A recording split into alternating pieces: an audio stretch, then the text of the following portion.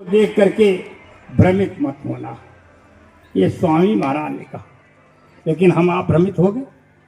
हमारी आपकी बात छोड़ो, अरे तीन लोक के मालिक की लीला में देवी देवताओं में भ्रम पैदा हो गया। चलो कोई बात नहीं, सीता हरण हो गया। लक्ष्मण रो रहे थे, हाय हमारी सीता कहाँ गई, हमारी सीता कहाँ गई। क्योंकि लक्ष्मण को मालूम नहीं था, ये भेद पता नहीं था। लेकिन राम को तो पता है कि हमारी सीता अग्नि में है। वो क्यों रो रहे थे? हे खगमृग हे मधुकर श्रेणी, तुम देखी सीता मृगनैनी। रो रहे थे, पेड़ पेड़ पर पत्ते पत्ते पर पूछ रहे थे। ये लीला देख करके लोगों के अंदर भ्रम पैदा हो गया। ये तीन लोग के मालिक राम नहीं है। जो अपनी पत्नी के लिए, पत्नी के वियोग में रो रहा है, वो विश्व विजयी रावण का वध कैसे करेगा? ये जो है तीन लोग के मालिक राम नहीं। ऐसी लीला उन्होंने दिखाई, इसमें अच्छे अच्छे भ्रमित हो गए। यहां तक कि जंगल में रो रहे थे पार्वती और सती, वहां जो है रास्ते से निकले। राम और लक्ष्मण रो रहे, हमारी सीता कहाँ, हमारी सीता कहाँ। दोनों भाई आज टाटधारी सामने। शंकर जी ने जय गुरुदेव दूर से प्रणाम कर लिया, दूर से ही प्रणाम किया, क्योंकि पास में जाने से भेद खुल जाएगा। भेद खुल जाएगा तो फिर इतिहास बेकार जाएगा। दूर से प्रणाम कर लिया। सती के मन में भ्रम पैदा हो गया। शंकर जगत बंद जगदीशा और सुरनर मुनि सब नावत सीसा। शंकर जगत बंदनीय है, सभी जो हैं उनको शीश नवाते। तीन पुस्तक की प्रणाम, इन्होंने राजा के लड़के को प्रणाम कैसे कर लिया? ये तो जो है बहुत गलत हो गया। सती ने शंकर जी से पूछा, आखिर ऐसा क्यों किया आपने? शंकर जी ने कहा, सती जी तुम नहीं जानती, ये तीन लोक के मालिक हैं, ये राम हैं, ये ईश्वर हैं, इनकी लीला चल रही है। लेकिन सती के मन का भ्रम खत्म नहीं हुआ। शंकर जी के समझाने पर, यानी जो वास्तव में सती पतिव्रता हो और पति के आदेश का उल्लंघन कर रही, आदेश को नहीं मान रही, समझाने पर समझ में नहीं आया। जब सती के समझाने समझ में नहीं आया तो शंकर जी ने कहा, मोरे हो कहे न संशय जाही, विधि विपरीत भलाई नहीं। विधाता बाम है, अब भलाई इसमें नहीं है। सती को समझाया, कहा जाओ, अच्छा तुम्हारी शंका का समाधान नहीं हो रहा तो जाओ अपनी परीक्षा लो जा करके जाओ। चली सती सिवाय पाई, आदेश पाकर के चल दी। कहा जो है मैं यहां बरगद की छाया में तब तक बैठा हूं, जाओ परीक्षा लो जा। चली सती सिवाय सिपाही, करें विचार करो का भाई। विचार कर रही कैसे परीक्षा ली जाए। जहां राम और लक्ष्मण रो रहे हैं वहां सती पहुंच गई, मन में विचार कर रही हैं कैसे परीक्षा ली जाए। का सीता का रूप धारण कर लिया जाए, सीता का रूप धारण कर लिया जाए। अगर ये वास्तव में तीन लोक के मालिक राम हैं तो मुझे पहचान लेंगे। अगर तीन लोक के मालिक राम नहीं हैं, राजा के लड़के हैं, तो समझ लेंगे हमारी सीता खोई थी, सीता मिल गई, बस अभी परीक्षा हो जाती। सती जी सीता का भेष धारण करके सामने पहुंच गई, वहां पहचान ली गई। आज उन्हें, अरे तुम अकेले कैसे घूम रहे? कहो बहोरी कहाँ भरस केतु, अब विपिन अकेले फिरो के है तुम अकेले कैसे जंगल में घूम रहे? शंकर जी को कहाँ छोड़ आई? जब यह कह दिया गया, सती जी की समझ में आ गया कि वास्तव में हैं तीन लोक के मालिक राम, हैं राम तीन लोक के मालिक। लेकिन मैंने अपने पति का कहना नहीं माना, अब मैं अपने पति को क्या उत्तर दूंगी जाकर के? अब वहां से जो है चल दी। जैसे चली तो उन्होंने तीन लोक के मालिक जो राम थे, उन्होंने अपनी लीला दिखाई। सती देख रही हैं, आगे राम लक्ष्मण सीता जा रहे। इधर को निगाह उठाई तो देखा राम लक्ष्मण सीता जा रहे। पीछे को देखा तो देखा फिर उधर भी राम लक्ष्मण सीता जा रहे। सती ने सोचा अभी तो इनकी सीता खोई थी, अब तो सीता भी साथ में, ये क्या मैं देख रही हूं? जब कुछ समझ में नहीं आया तो जो है सती जी आंख बंद करके बैठ गई। जब समझ में नहीं आया कुछ, आंख बंद करके बैठ गई और बहुर बिलोक्यो नैन उघारी। जब दोबारा आंख खोल करके फिर देखा, कछु न दिखता दक्ष कुमारी। देखा न राम न लक्ष्मण न सीता, वहां कुछ नहीं। अब तो वहां से वो चल दी। अब सोच रही हैं कि अब हम क्या बताएंगे जाकर के अपने पति को। देखिए माया का खेल, देखिए जो सती हो और पति से झूठ बोल रही। शंकर जी के पास पहुंची, पूछा कहो परीक्षा लेकर के आ गई? सती जी ने कहा कछुन परीक्षा लीन गोसाई, किन प्रणाम तुम्हारी नाई, तुम्हारी तरीके से मैं प्रणाम करके चली आई। अब देखिए झूठ बोल रहे, किन प्रणाम तुम्हारी नाई। तब शंकर देखे उधर ध्याना, शंकर जी ने ध्यान धर करके देखा। सती जो किंचरी सब जाना, जो कुछ उन्होंने किया सब जान गए। क्या किया इन्होंने? सती कीन सीता कर भेसा, शिव शिव और भयो विषाद विषय। कहा सीता को मैं माता मानता हूं और इन्होंने सीता का भेष धारण किया है। अब तो दुख है इस बात का कि जो माता का रूप धारण कर ले उसको धर्मपत्नी के रूप में हम कैसे रखें। ये उनके सामने समस्या।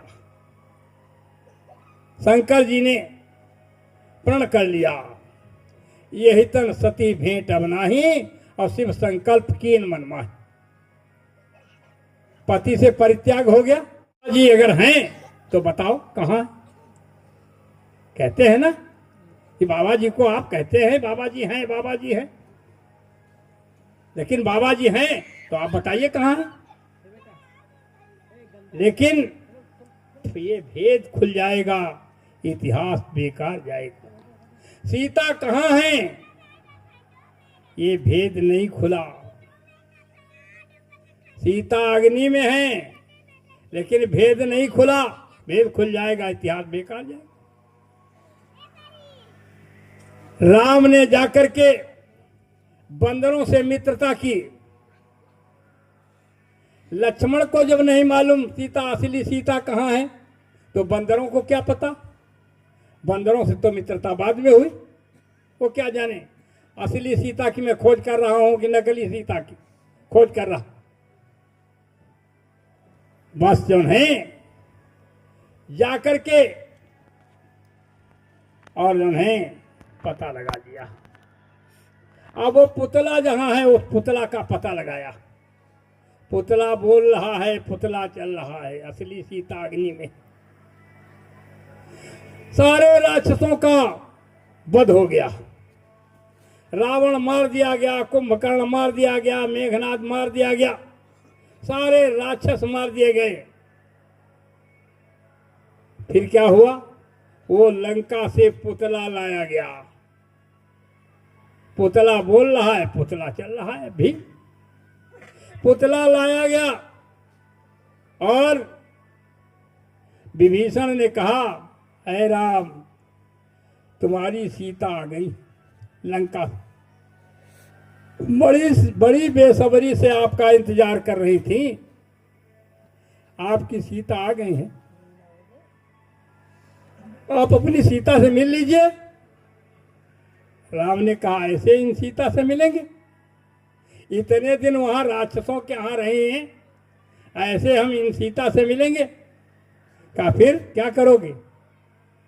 कहा इनकी अग्नि परीक्षा ली जाएगी, क्योंकि राम को पता है असली सीता अग्नि में है। अग्नि तैयार की गई। उस पुतले को, जो पुतला बोल रहा था, पुतला चल रहा था, जो लंका से लाया गया, उस पुतले को उस अग्नि में घुसेड़ दिया गया। और जो असली सीता अग्नि में थी उसी पुतले के अंदर आ गई। भेद नहीं खुलने दिया। भेद खुल जाता तो इतिहास बेकार हो जाता। स्वामी जी महाराज कहाँ हैं? ये भेद खुलेगा जब तक इतिहास जो है, फिर इतिहास में जो है कलंक लग जाएगा। स्वामी महाराज ने जब कह दिया कि बच्चे एक समय आएगा मैं ऐसी जगह चला जाऊंगा, तुम चाह करके भी मेरे पास नहीं आ सकोगे। जब स्वामी महाराज ने साफ कहा, उनके वचनों पर हम आप विश्वास नहीं कर रहे। स्वामी महाराज ने तो कोई बात छिपाई ही नहीं, सारी बात हमारे आपके सामने रखी, लेकिन हम आप नहीं समझ सके। स्वामी महाराज भविष्य वक्ता थे। वो भविष्य के बारे में सब कुछ जानते थे कि आगे क्या होगा, आगे क्या होगा। दिल्ली से राजधानी हटकर के सैकड़ों मील दूर किसी धार्मिक स्थल पर बनेगी। संयुक्त राष्ट्र सुरक्षा परिषद अमेरिका से टूट करके भारत में आएगी। पाकिस्तान मिटेगा जल्दी, राजनीति बिनसाएगी। दिल्ली का तख्ता पलटेगा, ऐसी आफत आएगी। साइबेरिया के मैदान में एक अणुबम परीक्षण होगा, जिससे वहाँ की पृथ्वी फट जाएगी, पृथ्वी का आकार बदल जाएगा। स्वामी महाराज ने बहुत सी भविष्यवाणियाँ की। चीन अमेरिका की बहुत बड़ी जबरदस्त टक्कर होगी। चीन अमेरिका के बहुत से स्थानों को नष्ट करेगा, फिर अमेरिका कोपेगा और चीन को बिल्कुल नष्ट कर देगा। चीन में जो बचे खुचे लोग रह जाएंगे उनकी मदद भारत करेगा। स्वामी महाराज ने कहा आज उन्हें पूर्व और पश्चिम का पाकिस्तान मिटेगा और अरब और इजराइल आपस में लड़ेगा। खून की नदी की बहेगी धारा। सुने तो जाओ संदेशा हमारा। हो रहा नहीं हो रहा? सब हो रहा कि नहीं हो रहा? स्वामी महाराज ने कोई बात नहीं छिपाई, लेकिन हम आप गुरु महाराज के वचनों को तोड़ मड़ोड़ करके इधर उधर घुमा फिरा करके ला रहे हैं। तो यह है, इसीलिए हम आप भ्रमित हैं। और वक्ताओं ने, यानी जो संदेश वाहक थे, उन्होंने तो गुरु महाराज के वचनों को तोड़ मरोड़ करके लोगों के सामने रखना शुरू कर दिया। संगत को जो है खंड खंड कर दिया।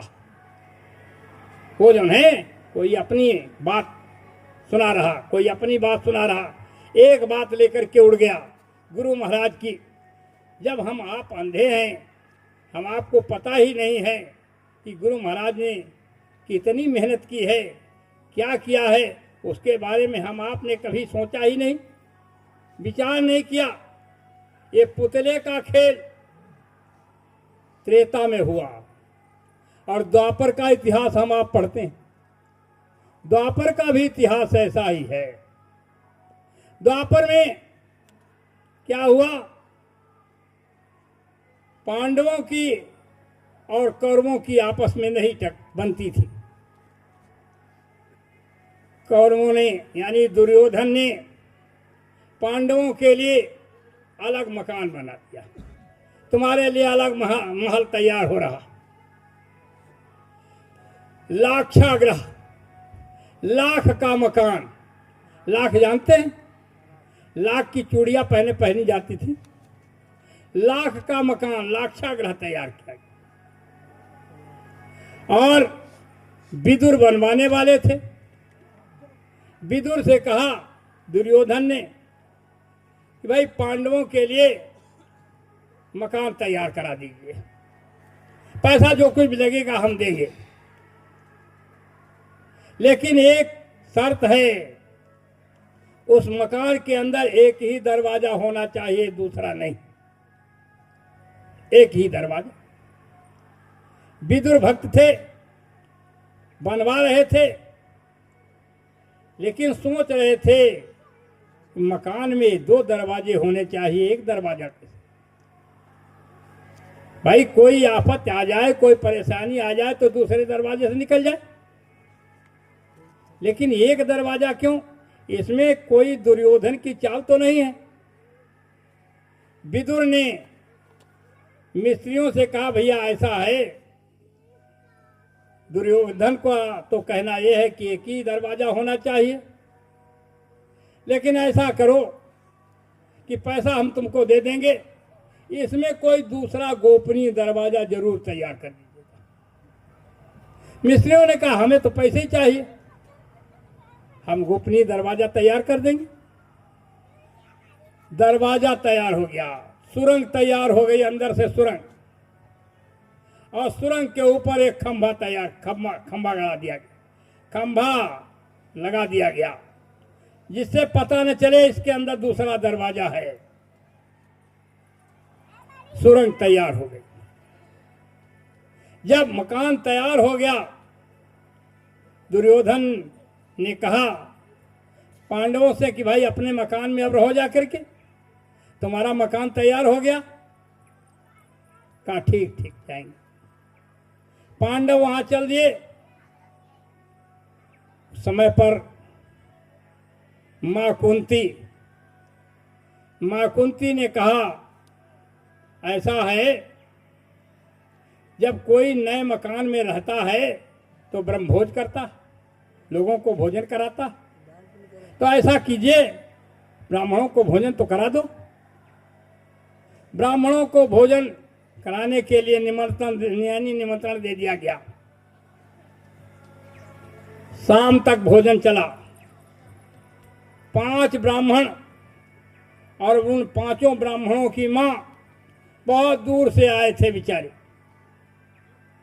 शाम को भोजन हुआ।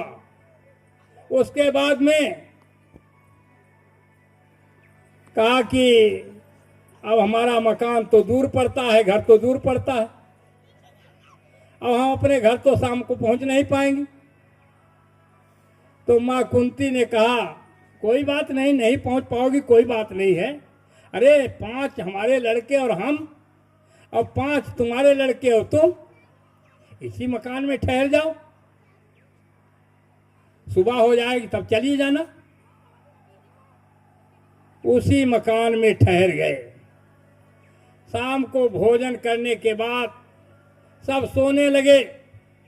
12 बजे रात को दुर्योधन ने दरवाजे से आग लगवा दी। जब दरवाजे से आग लगी, हाहाकार मचा।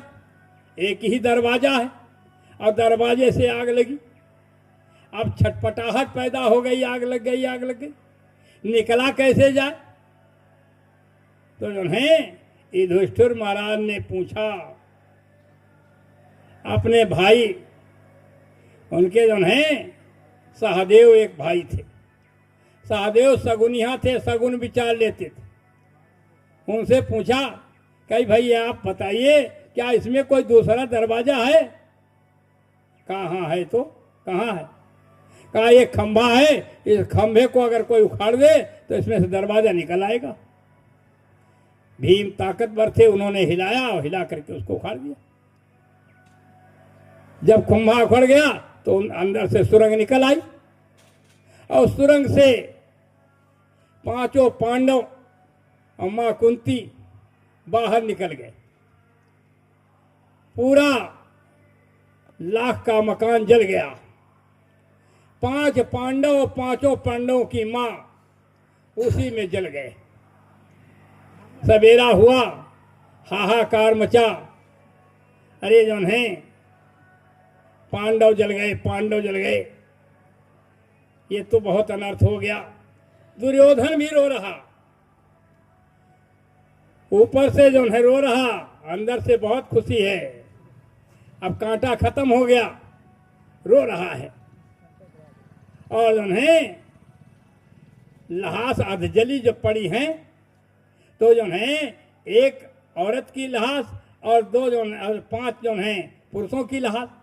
वैसे तो उसमें पहचान तो नहीं रह जाती है जली हुई लाश में, लेकिन ये तो पता चल जाता है कि ये औरत की है, ये पुरुष की है। दुर्योधन समझ गया 5 पांडव इसमें जल गए और वो 5 यानी ब्राह्मण और 5 ब्राह्मणों की मां उसी में जल गए। अब दुर्योधन ने कहा क्या किया जाए, इनके परिवार में कोई रोने वाला भी नहीं, अपने आप ही रो रहा। और कहा चलो कोई बात नहीं, इनका कामकाज कौन करेगा।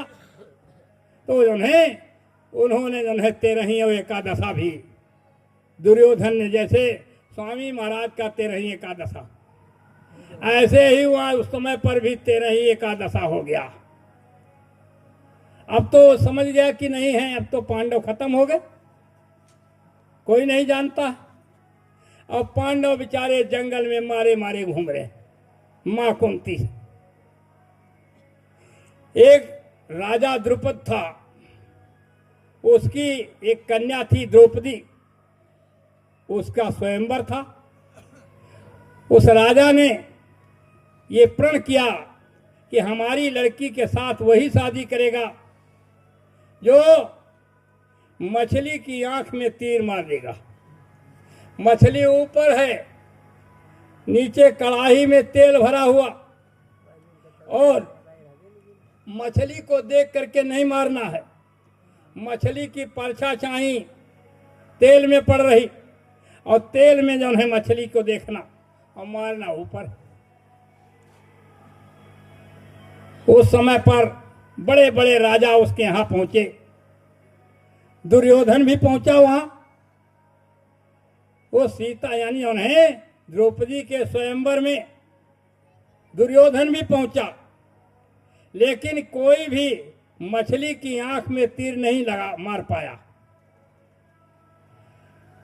और अर्जुन को भी पता चला कि वहां जो है राजा द्रुपद की जो है कन्या की शादी हो रही।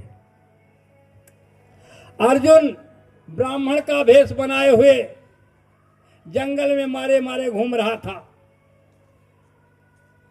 जब सुना उसने, तो भी धनुष बाण लेकर के ब्राह्मण का भेष बना करके बनाए हुए आ गया वहां। किसी का निशाना नहीं लगा। कहा कि भाई जो ये ब्राह्मण आए हैं लेकर के धनुष बाण, और इनको भी थोड़ा मौका दे दीजिए, शायद भाई जो है मार दे। अर्जुन ने निशाना साधा और निशाना साध करके मछली की आंख में तीर मार दिया। जब मछली की तीर आंख में तीर लगा तो द्रौपदी की शादी अर्जुन के साथ हो गई। अर्जुन ब्राह्मण का भेष बनाए हैं, कौन पहचान सकता। दुर्योधन भी वहां है, लेकिन पहचान नहीं पा रहा है। वो तो समझ रहा है कि पांडव खत्म हो गए। दुर्योधन ने अपने सिपाही को भेजा अर्जुन के पास, कहा जाओ उस ब्राह्मण से कह दो जाकर के ये राजकन्या क्या क्या करेगा। राजकन्या राजाओं की चीज है। अरे तुम ब्राह्मण हो, तुमको कुछ दान दक्षिणा दे दिया जाएगा, आप पैसा चाहो जितना उतना पैसा ले लो हमसे। जाओ सिपाही से कहा, जाओ बताओ जाकर दुर्योधन की खबर। सिपाही गया अर्जुन के पास, अर्जुन से कहा हम दुर्योधन की खबर लाए हैं। क्या खबर लाए हो? कहा उन्होंने कहा है, कहा कि उन्हें राजकन्या राजाओं की चीज है, ये राजकन्या हमको दे दो और जितना पैसा चाहो पैसा ले लो। अर्जुन ने कहा ठीक, उनकी खबर मैंने सुन ली, उनकी खबर मैंने सुन ली है, अब हमारी भी खबर उनको सुना देना जाकर। कहा सुनाओ। सिपाही ने कहा, अर्जुन ने कहा जाओ उससे कह देना जाकर के भानुमती रानी मोह दीजिए और संपत्ति सब कुबेर की लीजिए, सारा खजाना हम कुबेर का दे देंगे, लेकिन भानुमती रानी हमको दे दे। जब ये कहा उसने, अर्जुन ने, सिपाहियों ने आकर के बताया दुर्योधन को, तो जो है यानी छोटे मुंह बड़ी बात बर्दाश्त कहाँ हो रही। ये जो है ब्राह्मण ये इस तरीके की बात हमसे कह दी, हमको खबर भेजी। दुर्योधन ने अपने सिपाहियों को ललकार दिया, पकड़ लो इस ब्राह्मण को, राजकन्या छीन लो इसके पास। जब सिपाही जो हैं दुर्योधन के कहने पर अर्जुन को पकड़ने के लिए चले, अर्जुन ने अपना गांडीव संभाला और जैसे ही गांडीव संभाला, खींचा उसको, तो गांडीव से बड़ी तेज आवाज होती थी। आवाज जब निकली तो सिपाही सब भाग खड़े हुए। तब अर्जुन ने, तब जो है दुर्योधन ने समझ लिया अभी पांडव जिंदा हैं, अभी पांडव जिंदा हैं। क्या महाभारत फिर बाद में नहीं हुआ? भाई ये काम हो जाने के बाद महाभारत नहीं हुआ? हुआ। तो जो है ये हमेशा हुआ, त्रेता का भी इतिहास, द्वापर का भी इतिहास। और ये जो है आप समझिए कि बिछो होने पर ही प्रेम का महत्व मालूम होता है, प्रेम का महत्व बिछो होने पर ही मालूम। आपस में स्त्री पुरुष पास पास में रहते हैं, आपस में लड़ाई भी हो जाती, खटपट भी हो जाती, लेकिन जो है जब स्त्री अपने मायके चली जाती है, पुरुष यहाँ है, तो फिर स्त्री पुरुष को याद करती रहती है और पुरुष स्त्री को याद करता है। यानी प्रेम का महत्व बिछो होने पर ही मालूम होता है। तो यह हमेशा हुआ। कृष्ण के चले जाने के बाद यानी उनकी गोपिकाएं रो रही थी, रो रही थी। रोने में जो है जो आनंद है, मस्ती है, वो जो है मिलने में आनंद उतना नहीं है जितना इंतजारी में है। और राम के समय में भी सीता ने भी राम से बिछोह किया, अलग हो गई। तब जो है प्रेम का महत्व मालूम हुआ। सीता अलग रो रही, राम अलग रो रहे। तो आज मालिक ने हम आपसे अलगाव किया है, तो हम आप तो कभी जो है मालिक के लिए रो ही नहीं रहे थे। अब तो कम से कम आंसू डालो। स्वामी महाराज ने कहा था, प्रेमियों, वो मालिक जो है रोने से मिलता। हंस हंस कंत न पाया, जिन पाया तिन रोए। हंस हंस करके मालिक किसी को नहीं मिला, जिन्होंने पाया रो करके पाया। मीरा रोई, पलटू रोए, रविदास रोए, और हम आपको भी उस मालिक के लिए रोना चाहिए। ये जरूर है, परिवर्तन होगा, कोहरा मचेगा, हाहाकार मचेगा, त्राहिमाम मचेगा। स्वामी महाराज जिनको हम आप बराबर अनामी महाप्रभु मानते रहे, उनके वचन झूठे हो जाएंगे? झूठे हो जाएंगे? नहीं होंगे ना। उन्होंने जो है हम आपको सब कुछ समझाया कि संत वचन पलटे नहीं, और पलट जाए ब्रह्मांड। आज ब्रह्मांड नहीं पलटा, संत वचन पलट गया। अब सोचिए, संत वचन पलट गया, ब्रह्मांड नहीं पलटा, क्या उल्टा हो गया ये? अरे गुरु महाराज ने क्या कहा था, उनके वचनों को याद करना चाहिए था। स्वामी जी महाराज ने कहा था, प्रेमियों, मैंने उस जमाने को देखा है। मेरे जमाने में 1 रुपए का शेर 60 शेर चना बिकता था। किलो नहीं चलता था, शेर चलता था। 1 रुपए का 60 शेर चना बिकता था। 12 रुपए तोला सोना बिकता था। अंग्रेजों का राज्य मैंने होश में देखा। महात्मा गांधी की कोई आवाज भारत के अंदर आजादी की नहीं लगी थी। तब मैं भारत के अंदर मौजूद था। 30 साल तक सत्याग्रह की लड़ाई महात्मा गांधी लड़े, तब भी मैं मौजूद रहा।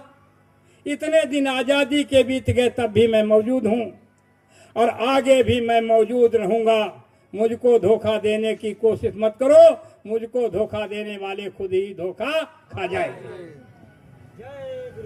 ये स्वामी महाराज अपने मुखार बिंद से हम आपको सुनाए।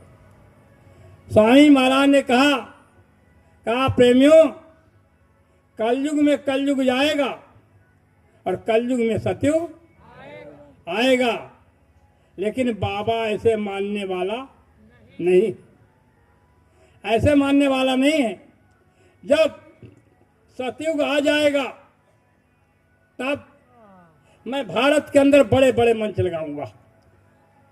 स्वामी महाराज ने कहा, भारत के अंदर मैं बड़े बड़े मंच लगाऊंगा और भारत की जनता से मैं पूछूंगा, कहो जो मैंने कहा था सभी बातें सत्य हुई या नहीं? क्या सतयुग आ गया कि नहीं आ गया? जब भारत की जनता दोनों हाथ उठा करके कह देगी, सरकार आपने जो कुछ भी कहा था सब हो गया, तब ये बाबा मानेगा, तब तक नहीं मानेगा। तो बाबा जी ने क्या दोनों हाथ उठवा करके भारत की जनता से पूछे? नहीं पूछे, है ना? तो इसका मतलब बाबा जी झूठे थे? झूठे नहीं थे। स्वामी महाराज ने जब भूमि तक खेतिहर काश्तकार समूह बनाया, आपने सुना था, दीवालों पर हम लोगों ने लिखा था, हम पर शासन वही करेगा जो ब्याज हमारा माफ करेगा, जो ब्याज हमारा माफ करेगा उसका शासन हम पर होगा। ये जो है दीवालों पर लिखा था। जिस समय पर भूमि तक खेतिहर काश्तकार समूह बना, उस समय पर स्वामी महाराज ने कहा था प्रेमियों, एक समय आएगा मैं विश्व के सारे राष्ट्रपतियों को मैं भारत में बुलाऊंगा। किसको? विश्व के सारे राष्ट्रपतियों को मैं भारत में बुलाऊंगा, और उन विश्व के सारे राष्ट्रपतियों से मैं पूछूंगा कि तुमने भारत के विकास के लिए भारत के नेताओं को कितना धन दिया। तो यानी विश्व के राष्ट्रपति कहेंगे, भारत के विकास के लिए हमने भारत के नेताओं को 10 रुपया दिया। 10 रुपये। स्वामी महाराज ने कहा, उस समय पर मैं उन विश्व के राष्ट्रपतियों के सामने इन टाट वालों को खड़ा कर दूंगा लंगोटी में।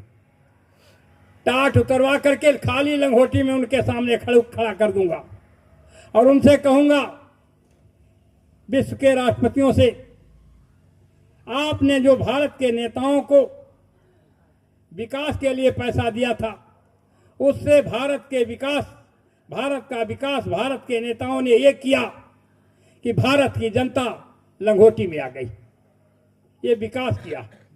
अब आप मुझे ये बताइए, इन भारत के नेताओं का कितना धन तुम्हारे यहाँ विदेशी बैंकों में जमा है, उसका ब्यौरा दीजिए। विश्व के राष्ट्रपतियों से मैं कहूंगा। स्वामी महाराज ने कहा, जब मैं ये कहूंगा तो विश्व के राष्ट्रपति कहेंगे भारत के नेताओं का हमारे यहाँ 100 रुपया जमा है। कितना? 100 रुपया जमा है। स्वामी महाराज ने कहा, मैं फिर कहूंगा उनसे, 100 रुपया इन नेताओं ने तुम्हारे यहाँ अपने निजी खाते पर जमा किया है। 10 रुपया तुमने भारत के विकास के लिए दिया है, तो 10 रुपए अपने काट लीजिए, 90 वापस कर दीजिए। काश्तकारों का खेती संबंधी सारा कर्जा मैं ब्याज के मैं माफ करवा दूं तो बाबा को बाबा। अब आप सोचिए, क्या विश्व के राष्ट्रपतियों को बाबा जी ने बुलाया है? अभी नहीं बुलाया ना, तो फिर झूठे थे। फिर जब यानी जिसका गुरु झूठा हो जाएगा, जब गुरु ही झूठा निकल गया, तो क्या झूठे गुरु का चेला सच्चा हो जाएगा? वो कह दे कि नहीं नहीं अब हम काम कर देंगे। स्वामी महाराज ने कहा, मेरे काम को कोई कर नहीं सकता और मुझे अपने काम से कोई रोक नहीं सकता। स्वामी महाराज के अकाट्य वचन है। स्वामी महाराज ने जिस समय पर ये टाट पहनाया, ये टाट 1 करोड़ लोगों को पहनाया और दिल्ली ले गए। दिल्ली में हल्फी पहनाई गई थी। हल्फी एक लंबा कुर्ता था, यहां से और यहां तक, नीचे लंगोटी, इतना मोटा रस्सा कमर में बंधा। उसने उन्हें कुर्ते का नाम हल्फी था। हल्फी जानते हैं? नहीं जानते। आप कचहरी में जाओ, वहां हलफनामा लगाया जाता है? नहीं लगाया जाता? लगाया जाता है हल्फनामा। शपथ पर। तो जो है ये इसका बोरे का नाम, इस जो टाट यानी कुर्ता पहनाया गया था उसका नाम था हल्फी। इसके ऊपर कुछ संकल्प लिए गए थे, ऐसे नहीं पहना गया था। ये टाट पहनाया गया, संकल्प के साथ पहनाया गया। इसके जो है हम लोग भी गांव गांव में जाते थे, सुनाते थे। दोस्तों क्या बताएं तुम्हें, हम भेष क्या ये बनाए हुए हैं, टाट को इसलिए हम है पहने, इसमें संकल्प लाए हुए हैं। एक त्रेता में सीता हनी थी, आज घर घर में रावण हुए हैं। रावणों का है करना सफाया, हम अहद करके आए हुए हैं। दोस्तों क्या बताएं तुम्हें, हम भेष क्या ये बनाए हुए। ये जो है संकल्प के साथ टाट पहनाया गया था और 1 करोड़ लोगों को दिल्ली ले गए स्वामी महाराज। रोशनारा बाग, अजमल खां पार्क, रामलीला मैदान, कई जगहों में इन टाट वालों को ठहराया। एक जगह ठहरने की जगह नहीं दिल्ली में 1 करोड़ लोगों को। फिर उसके बाद में स्वामी महाराज हल्फी पहना करके इंडिया गेट पर ले गए। इंडिया गेट पर और उन्हें घड़ी जिनके हाथ में बंधी थी वो पैर में बंधा दी थी। हाथ में कोई नहीं बांधेगा, पैर में बांध करके चलेंगे। इंडिया गेट पर हम लोग गए तो स्वामी महाराज ने इंडिया गेट पर कहा प्रेमियों, ये देश त्यागियों का है, तपस्वियों का है, संत और महात्माओं का देश है, फकीरों का देश है, ये सूर और सतियों का देश है। ये देश हिजड़ों का नहीं है। जिस समय पर ये देश आजाद हुआ था उस समय पर सुभाष चंद्र बोस, चंद्रशेखर आजाद, आजाद भगत सिंह, सरदार वल्लभ भाई पटेल, अशफाक उल्लाह खां, इन लोगों ने जो देश के लिए कुर्बानियां दी थी वो सराहनीय थी। जिस समय पर आजाद भगत सिंह को फांसी के तख्ते पर लटकाया गया, उस समय पर आजाद भगत सिंह से बात पूछी गई, क्या तुम किसी को देखना चाहते हो? आजाद भगत सिंह ने कहा हाँ, आखिर समय में हम अपनी मां को देखना चाहते। मां जब उनके सामने लाई गई, मां ने देखा मेरा बेटा सूली पर खड़ा है, आजाद भगत सिंह ने अपनी माँ की तरफ देखा और कहा, माँ, तो माँ की आंखों में आंसू आ गए। माँ की आंखों में आंसू आ गए। आजाद भगत सिंह ने कहा, रे माँ, तुम रोती क्यों हो? क्यों रोती हो? माँ ने जवाब दिया, बेटा, मैं इसलिए नहीं रो रही हूं कि तुम फांसी के तख्ते पर खड़े हो। मैं इसलिए रो रही हूं, मेरी गोदी में केवल एक ही लाल था जिसको मैं आज भारत माँ की गोदी में अर्पित कर। अगर कहीं दूसरा लाल मेरी गोदी में होता, वो भी मैं आज भारत माँ की गोदी में अर्पित करने के लिए तैयार हो जाता। ऐसी ऐसी वीर माताओं ने इस आजादी के लिए सदा सदा के लिए अपने गोदी के लालों को लुटा दिया। जो लोग फांसी के तख्ते पर हमेशा के लिए इस आजादी के लिए झूल गए, उन लोगों के अंदर ये तमन्ना नहीं थी कि जिस समय पर हम अपना देश आजाद करा लेंगे, उस समय पर हम अपने देश की माँ बहन बेटियों की इज्जत को चौराहों पर लूटेंगे। उन लोगों के अंदर ये तमन्ना नहीं थी कि जिस समय पर हम अपना देश आजाद करा लेंगे, उस समय पर हम अपने देश की गरीब किसान की खून पसीने की कमाई का पैसा चूस करके विदेशी बैंकों में डॉलर रुपया इकट्ठा करेंगे। लेकिन भारत के गद्दार नेताओं ने भारत को चूस करके विदेशी बैंकों में भर दिया। ये सारा का सारा भेद खुलेगा। इंडिया गेट पर स्वामी महाराज ने यानी बोरा पहनाते समय कहा, ये सारा का सारा भेद खुलेगा। मत सताओ इन गरीबों को, ये रो देगा, सुनेगा इसका मालिक तो तुम्हें जन्म से खो देगा। रहमन हाय गरीब की सांस पर। स्वामी महाराज ने कहा बोरा पहनाते समय, कहा, प्रेमियों, आगे समय आ रहा है, आगे वक्त आ रहा है, जब राष्ट्रभक्ति का नंबर आएगा तो समय पर विश्व के अंदर मैं पहला आदमी निकलूंगा। ये स्वामी महाराज ने कहा।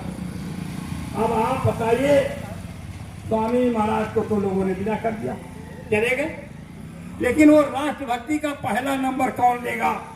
इतने बाबा, इतने महात्मा घूम रहे हैं, वो राष्ट्रभक्ति का पहला नंबर कौन लेगा? ये तो कम से कम कोई बताना चाहे किसी को। तो जो है समय आ रहा है, इंतजार कीजिए। अब हम आप इंतजार नहीं कर रहे। अरे जो है तोड़ मरोड़ करके मान लिया हमने, अगर जैसे मान लिया स्वामी महाराज ने कोई बात कही थी तो जिस समय पर कही थी, उस समय पर अगर हमको अर्थ मालूम था स्वामी महाराज के शब्द का, तो उस समय अर्थ मालूम था तब तो ठीक है, कोई बात नहीं। लेकिन अर्थ नहीं अगर मालूम था तो स्वामी महाराज से उस समय पूछ सकते थे, सरकार, ये जो शब्द आपने कहा है इसका अर्थ मुझे मालूम नहीं है, सरकार इसका अर्थ डिटेल में समझा दें। तो स्वामी महाराज से पूछो। उस समय पर तो कोई बात कही नहीं, और स्वामी महाराज पर्दे के पीछे हुए, उन्हीं शब्दों को तोड़ मरोड़ करके अर्थ का अनर्थ लगाना शुरू कर दिया। तो जो है अगर कहीं अनर्थ हो गया हमारे द्वारा, ये संगत जो गुरु महाराज की लगाई हुई बगिया अगर उजड़ गई तो हमको दोष नहीं लगेगा, दोष लगेगा।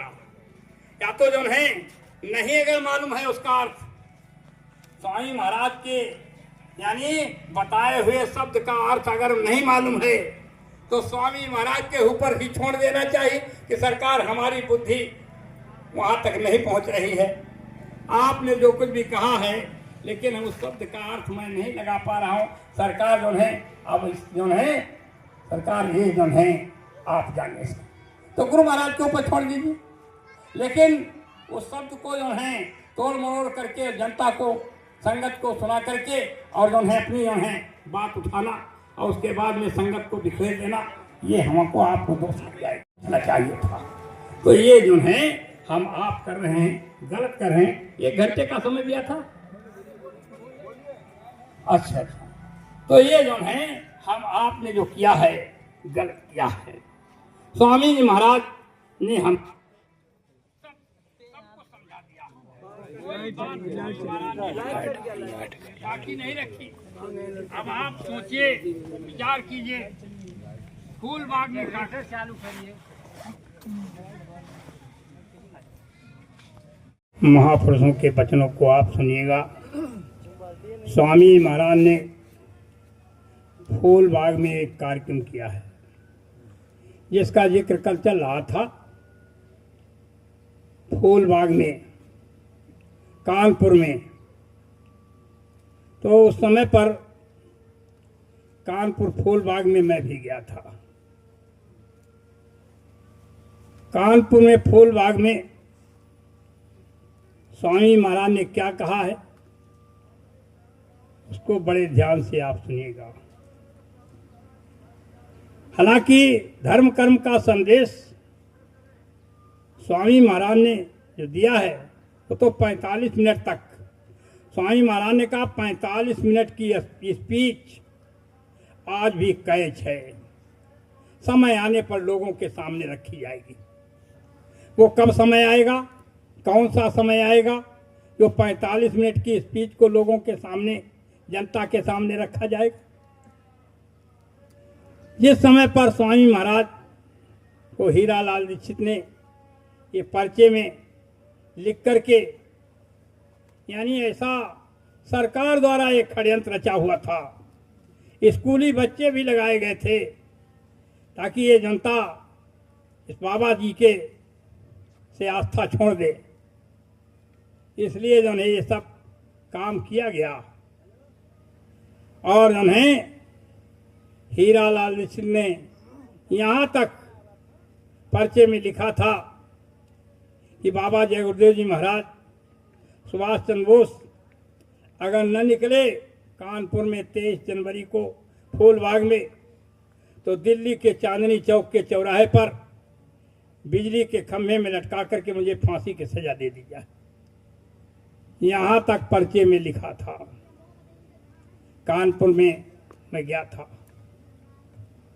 और वहाँ स्वामी महाराज ने क्या स्पीच दी, पहले क्या वहाँ मीटिंग हुई, क्या हम लोगों ने क्या मतलब जो है किस तरीके से बिल्ला टोपी सब जो है यानी अपने झोले में रखा दिया गया और यहाँ जो है षड्यंत्र हो जाएगा, सब जो है पहले से मालूम था।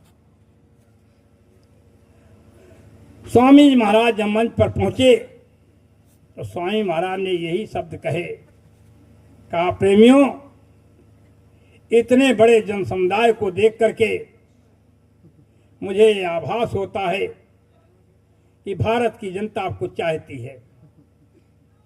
राम या कृष्ण जैसे महापुरुष की याद कर रही है, महात्मा गांधी या सुभाष चंद्र बोस जैसे महापुरुष की याद कर रही है। स्वामी महाराज ने कहा, प्रेमियों, सुभाष चंद्र बोस तो मैं नहीं हूं, लेकिन सुभाष बनाने की मशीन जरूर हूं। सुभाष बनाने की मशीन जरूर हूं। एक सुभाष की तुम क्या बात करते? मैं सैकड़ों सुभाष भारत के अंदर तैयार कर रहा हूं जो भारत के ऊपर अपनी जान की बाजी लगा देंगे। ये स्वामी महाराज के वचन हैं। स्वामी महाराज ने कहा प्रेमियों, 10 साल का बच्चा तुम्हारा घर से चला जाए और 20 साल बाद वापस लौटे, क्या तुम अपने बच्चे को पहचान लोगे? 10 साल का जब गया तो उसके रेख नहीं उठी थी, दाढ़ी बाल नहीं। अब 20 साल वापस आया, 20 साल बाद तो 30 साल का हो गया, क्या तुम अपने बच्चे को पहचान लोगे? स्वामी महाराज ने कहा प्रेमियों, ये धर्म भूमि है, ये कर्म भूमि है। यहाँ कर्म करके दिखाओगे तो जनता मानेगी। त्रेता के आज राम आ जाएं, फूलबाग में स्वामी महाराज ने कहा, त्रेता के राम अगर आज आ जाएं धनुष बाण लेकर के और कहें हम ही राम हैं, हमने ही जो है रावण का वध किया था, क्या तुम मान लोगे? नहीं मानोगे ना। द्वापर के कृष्ण आज आ जाएं चक्र सुदर्शन लेकर के और कहें हम ही जो है कृष्ण हैं, हमने ही महाभारत कराया था, क्या ये जनता मान लेगी? नहीं। कर्म करके दिखाओगे तो जनता मानेगी। ये कर्म क्षेत्र है, कहने से क्या होता। स्वामी महाराज ने कहा प्रेमियों, सूरज पूरब में उदय होता है, पश्चिम में डूबता है। सूरज तुम्हारे कान पर बैठ करके कहे मैं सूरज हूं, मैं सूरज हूं, क्या मानोगे? नहीं। अरे भाई जो है, सूरज जब उदय होगा उसकी रोशनी तुम्हारे चेहरे पर पड़ेगी, तुम खुद चिल्ला उठोगे। और उसने अंधकार दूर नहीं कर पाया और कान पर बैठ करके कहता मैं सूरज हूं, मैं सूरज हूं, क्या तुम मानोगे? नहीं मानोगे ना। और जो है ये कर्म क्षेत्र है, कर्म की पूजा हुई है, कहने से क्या होता। तो जो है आज जो है हम आप तोड़ मरोड़ करके वचनों को लोगों के सामने रख रहे हैं। भाई जो है स्वामी महाराज ने कहा मैं सुवास बनाने की मशीन हूं। जब सुवास बनाने की मशीन है, हमें मशीन मिल गई तो हम एक की बात क्या करें। अरे भाई जो है 3 लोक के मालिक जब राम आए, 3 लोक के मालिक राम, उनके लिए कागभूषुंड जी गरुण से बताते हैं, कहते हैं गरुण जी मूंदे हूं आंख त्रिसित जब मैं थक गया, चारों तरफ से इन आंखों को बंद किया, पूर्ण चितवत कौशलपुर गए हूं, अंदर की आंख से देखा कि मैं साकेत धाम में चला गया। क्या देखा वहां? अति विचित्र तह लोक अनेका। 3 लोक के मालिक का लीला देख रहे हैं। कहते हैं अति विचित्र तह लोक अनेका, रचना अधिक एक से एक रचना देखी। अगणित रवि सशिव चतुरानन, अनगिनतिन सूर्य, अनगिनतिन चंद्रमा, अनगिनतिन ब्रह्मा, अनगिनतिन जो है विष्णु, अनगिनतिन शंकर देखे, वहां गिनती नहीं लगाई जा सकती। अंड कोश समेत गिरिकानन, उस अंडी रचना में हमने जाने कितने पहाड़ नदी को विचित्र विचित्र भांत के देखे। कागभूषुंड जी कहते हैं गरुण जी अगणित लोकपाल जम काला, अगणित लोकपाल जम काल सब देखे, अगणित भूधर भूमि विशाला, ये 3 लोक की रचना में देखा। कागभूषुंड जी कहते जो नहीं देखा नहीं सुना, जो मनहु न समाय, सो सब अद्भुत देखो बण कवन बीत जाए। ये 3 लोक के मालिक की रचना उन्होंने देखी। और ये अनामी महाप्रभु, यानी यहाँ सारा जो है ब्रह्मांड सब इन्हीं से निकला। यहाँ वहां जो है 3 लोक के मालिक के अंदर, यानी अनगिनतिन शंकर, अनगिनतिन ब्रह्मा देखे। और जो है ये जो है वहां तो असंख्यों ब्रह्मा, असंख्यों, वो तो जो है सुवास बनाने की मशीन है। तो वहां जो है अनगिनतिन राम उनके अंदर हैं, अनगिनतिन कर्ण है, अनगिनतिन जो है गिनती नहीं लगाई जा सकती, उनके अंदर अनगिनतिन जो है महात्मा है, महात्मा गांधी हैं, अनगिनतिन उसमें जो है यानी सुभाष चंद्र बोस है, वहाँ गिनती कहाँ लगाई जा सकती। तो जब स्वामी महाराज ने कह दिया कि मैं सुभाष बनाने की मशीन हूँ, फिर जब आप जो है हमको मशीन मिल गई, फिर हमें एक सुभाष की क्या जरूरत है, क्या जरूरत है। फिर हमको तो जो है ये बात सोचनी चाहिए, विचार करना चाहिए, मालिक की मौज है, जो कुछ भी हो रहा है उन्हीं की मौज से ये सब खेल हुआ।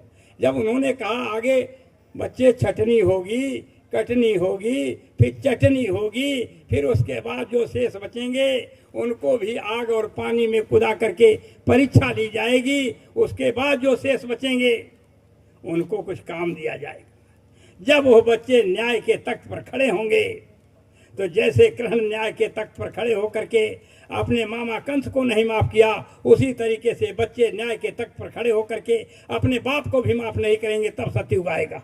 ऐसे सत्युग आ जाएगा। अब वो जो है वो समय का इंतजार तो कीजिए, वो समय का इंतजार करना हम आपको है।